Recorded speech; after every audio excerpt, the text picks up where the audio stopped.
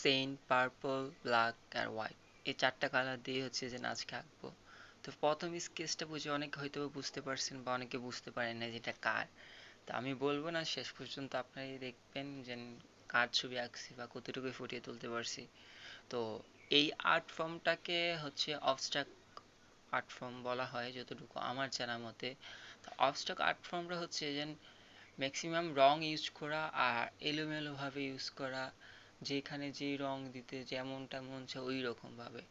আর পোর্ট্রেটের ক্ষেত্রে হচ্ছে যে আমরা জানি সচরাচর আমাদের স্কিন টোন যেই রকম হয় সেগুলাই ওই কালারটা আমরা ব্যবহার করি, কিন্তু অবস্ট্রাক্টের সময় বিভিন্ন কালার ব্যবহার করা হয় যেটা আমাদের স্কিন টোন না, সেই কালারগুলোও ব্যবহার করে হচ্ছে যে আর্টটা কমপ্লিট করা হয়। তো আই হোপ আপনাদের এই আর্ট ফর্ম ভালো লাগছে। তো পরবর্তীতে কাকে আঁকবো অবশ্যই কমেন্ট করে জানাবেন। আর এতক্ষণে অবশ্যই বুঝে গেছেন যে কাকে আঁকছি। ভালো লাগলে ছবিটাকে অবশ্যই শেয়ার করবেন, সবাই কমেন্ট করে জানাবেন কেমন হয়েছে। সবাই ভালো থাকবেন, আল্লাহ হাফেজ।